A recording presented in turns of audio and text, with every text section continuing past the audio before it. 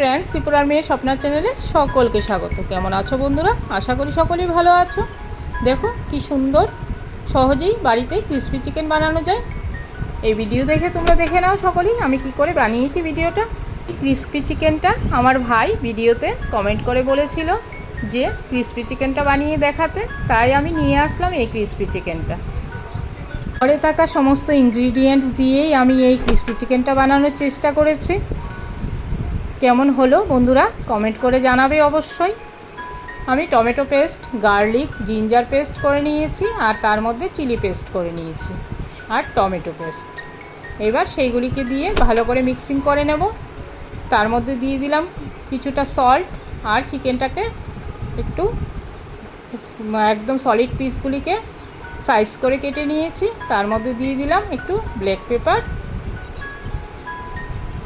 এবার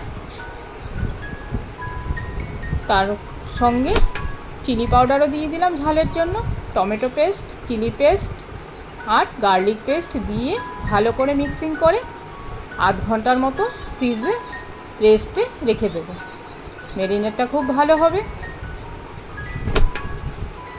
এবার এগুলিকে ভালো করে মিক্সিং করে নিতে হবে।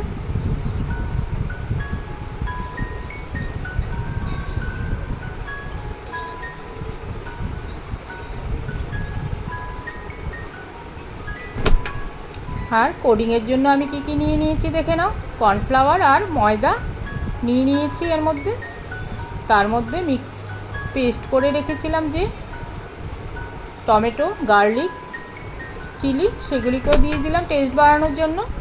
আর এখানে আমি কোনো রকম জল ইউজ করব না।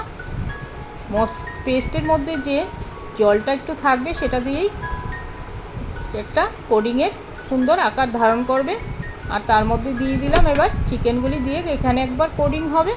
আর তার মধ্যে পাশে যে ডিমটা রাখা ছিল সেই ডিমের মধ্যে ময়দাটা, কর্নফ্লাওয়ারটা এরকমই হবে। আর ডিমের মধ্যে একবার ডিপ করে নেব। আবার কোডিংটা এখানে দিয়ে নেব, দিয়ে ভালো করে ভেজে নিতে হবে।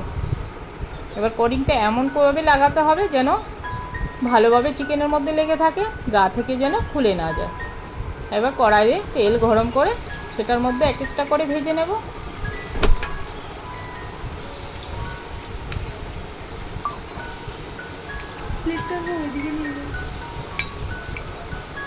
লাল লাল করে ভেজে নিতে হবে।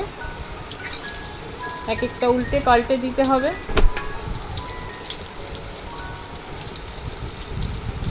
বাড়িতে মন চাইলে বিকালবেলা এই নাস্তাটা বানিয়ে তোমরা খেতেই পারো চায়ের সঙ্গে বা সসের সাথে, খুব ভালো লাগবে।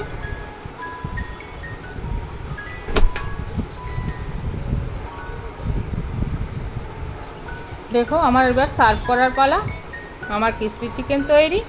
ভিডিওটা ভালো লাগলে লাইক শেয়ার করতে একদম ভুলো না।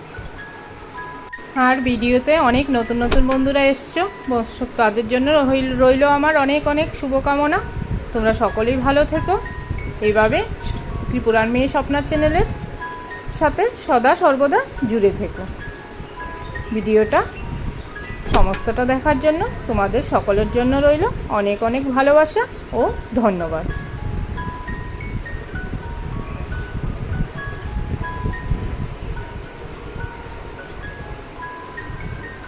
সকলেই ভালো থেকো। নমস্কার।